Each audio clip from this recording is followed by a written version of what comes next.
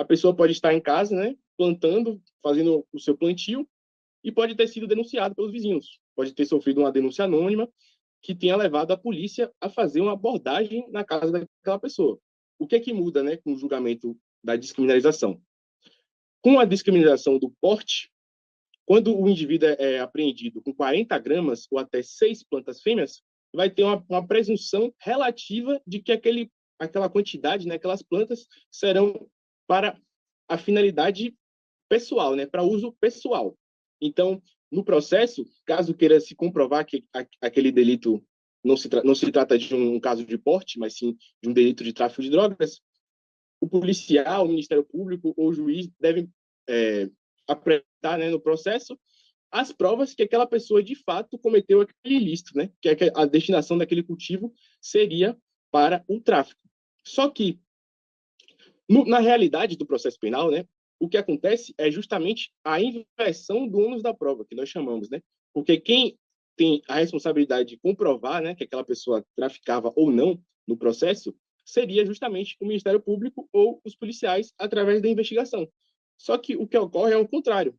Caso o policial diga simplesmente que você estava fazendo venda, que você é conhecido, sua casa é um conhecido ponto de venda de drogas, então basta essa palavra do policial, né, para que você seja enquadrado como traficante. E aí, na lei de drogas, o artigo 28, que vai determinar quem é o usuário, e o artigo 33, que vai determinar quem é o dito traficante, né? E a diferença de você responder responder pelo uso de drogas, né, seria no artigo 28.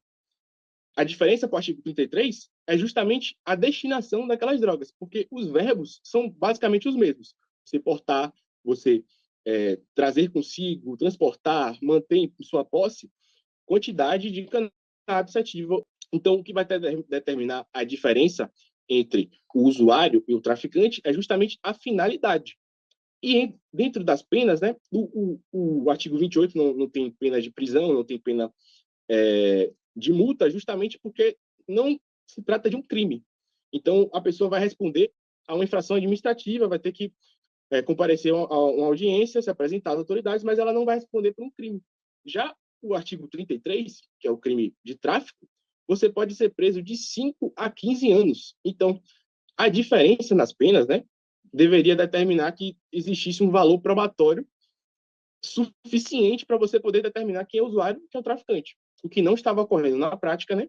Por isso que diversas apreensões, diversas prisões são ainda, né, baseadas justamente no depoimento policial. E hoje, mesmo com a descriminalização do porte, né, a gente ainda não tem essa segurança, porque o próprio julgamento da descriminalização determinou que outras circunstâncias podem determinar, fora a quantidade, se aquele uso será para uso pessoal ou o tráfico. Por exemplo, às vezes a polícia pode ter entrado na sua residência, pode ter encontrado sua plantação, e você está lá dentro dos 6 plays, né? Dentro da quantidade determinada para presumir o porte pessoal.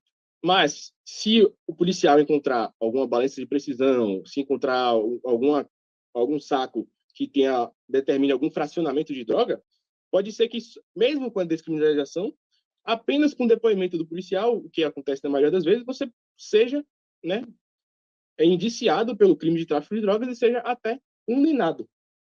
Então, a partir, né, desse paradigma, dessa mudança da descriminalização do porte pessoal, a gente surge com a revisão criminal como uma forma também de poder buscar a justiça de cultivadores ou usuários que foram condenados por tráfico de drogas, mas se enquadram, né, dentro desse limite estabelecido pelo julgamento da descriminalização. Por quê? No processo penal, né, no direito penal, nós temos a figura da presunção, né, de inocência. A presunção de inocência, e nós temos a figura também da inviolabilidade do domicílio.